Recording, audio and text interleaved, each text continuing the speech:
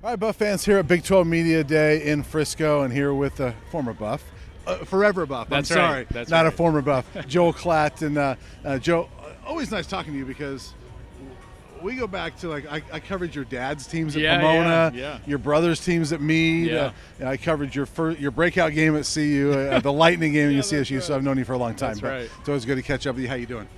Doing great. I actually, what is this? It's like July 8th right now. I just came from Colorado. Yeah.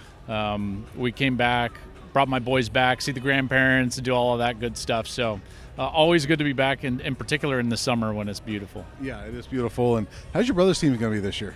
They're always good. I know. My brother is like such a good coach, and he's always. And by the way, every year he's like, "Oh, I don't know if we're going to be any good," and then they're always really good. So I'm so proud of him. He does an incredible job at Meade High School, and I'm sure they're going to be very good again. Yeah. Lou Holtzes it a lot, right? Yeah, that's right. That's exactly right. How are you doing? Because I've enjoyed covering you over the years, like I said. And I remember doing a story on you when you were just getting started in broadcasting. Yeah. And now it's been years. How many years have you been at Fox?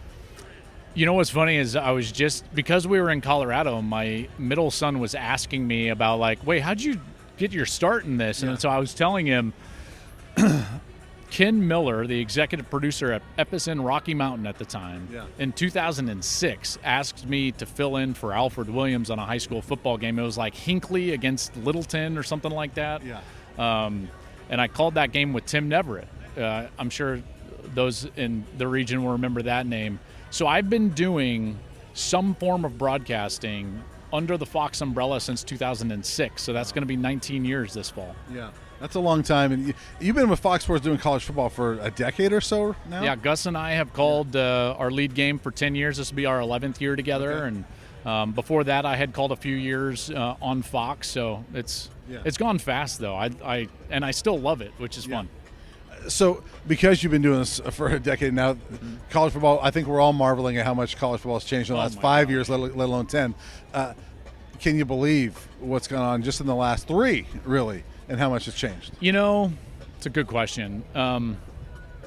It's easy to say I can't believe what's happened to college football, but I absolutely can. I remember having discussions, in fact, with Rick. Rick's fantastic as an athletic director, just as one of the best. And he had foresight years ago, and we would have discussions about college football and where it was heading. And I can remember a discussion with Rick, I want to say 8 years ago, 2016-ish, 17-ish, right in there, 7-8 years ago.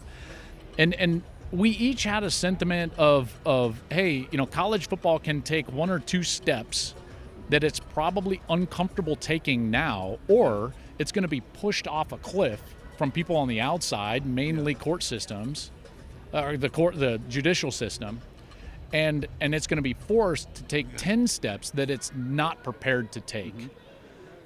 They never took the 2 steps necessary to get themselves out of all the litigation, to get the lawsuits, to basically put them at bay.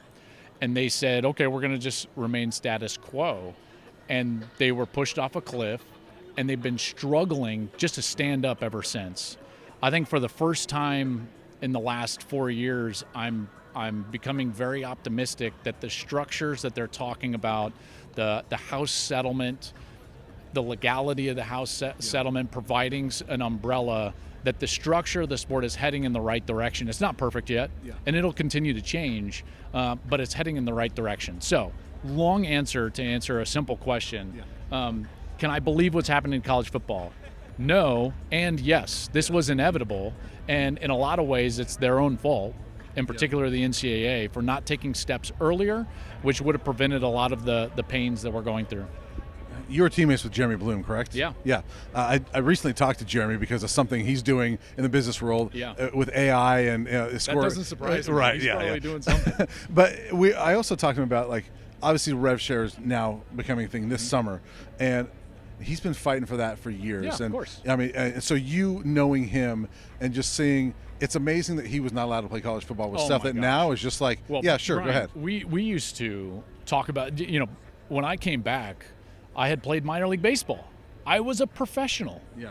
They paid me a decent amount of money to sign out of high school, and got to come back, and I was totally eligible, legal, everything was fine, hunky-dory. I played baseball with a guy named Mwelde Moore, who was playing football at Tulane at the time and playing minor league baseball at the same time. Right. And he went on to play for the Steelers and had a good career doing that. I think Ricky Williams did the same thing. Ricky Williams did the same thing. There's a number of us that have done the baseball thing. And I used to just sit there with Jeremy, and he was like, how is this any different? And I said, it's not. Right. It's not. Yeah. And the NCAA, again, the lack of foresight from the NCAA, it was archaic that they felt like essentially, and I'm boiling this down, that Jeremy taking money from Oakley as a sponsorship was somehow because he was a college football player. And it's like, you know what? Somehow that's worse than somebody playing by the Pirates or whatever. So, you know, again, I think it's been unfortunate. Yeah. I think that as the Olympics modernized in the early 90s, even with the Dream Team, you remember that 92 Olympics, it was a big deal. That's like, oh, professionals are now going to play. And the NCAA just stood there. Yeah. And they tried to retain their 1950s model. Yeah. And we are right now suffering the chaos of the ineptitude of the NCAA through those years. Yeah. So bringing it back to CU, and you talk about Rick George, the conversation you've had with him, how positioned do you think CU is? I know you're connected with Rick, you're connected with college football. How positioned is CU for what's coming down the pike?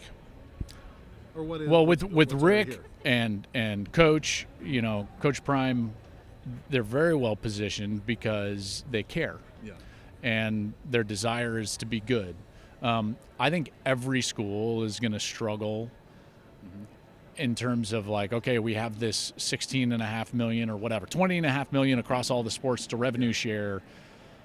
And everyone just thinks like, oh, well, yeah, they have that. Well, okay, that's already been allocated in their budget for a number of years. So there's going to be some tightening. I'm sure there's going to have to be some cuts, but that's across college football. And I think knowing the leadership that Rick provides, the vision that Coach provides, they're in a good position because of those two.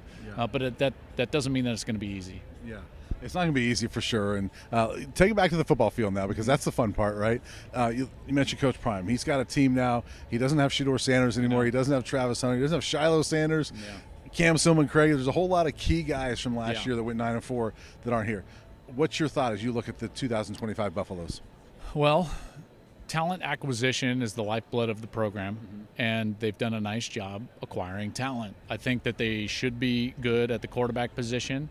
What I actually think is more important, rather than some of those breakout stars that were off the line of scrimmage, is that the line of scrimmage is getting better and better and better and deeper. And I think you would agree with that. As opposed to like 2 years ago, they had some marquee talent on the outside. The line of scrimmage was really poor, and they tried to play around it, and it was tough. And they got a little bit better last year, and they should be a little bit better on the line of scrimmage this year. And I think that alone should help them overcome some of those losses on the outside. Can you replace Shedeur right away? No. You know, even with Juju or Caden, I think that's going to be difficult to do, although those two players are quality players. The harder one is Travis. Travis was the unicorn of all unicorns. Right. I know that, you know, everyone just said like, oh, you love Colorado, you love Travis. Like, yeah, for a reason. Like, he was ridiculous. He was so good. He was one of the best players I've ever seen play college football. That's going to be very difficult to overcome because it's going to have to be multiple players that overcome that. 2 years ago at this event, Brock Heward told me, he said, Colorado might be the best 7-on-7 team in the country and they were. In 23, but you can't play 7-on-7. Yeah, and I agree with you. The lines, I think, are better. That's what's going to help, I think, this transition from last year to this year. So the lines are better. And I agree with you. Quarterback play, the receivers, I think, are – nobody knows about them yet, but I think they're really talented. They're a talented group. Like I said, I think everyone wrongly is assuming some big fall off from last year, and I honestly don't think that's the case. I think that they're probably baseline an 8-win team.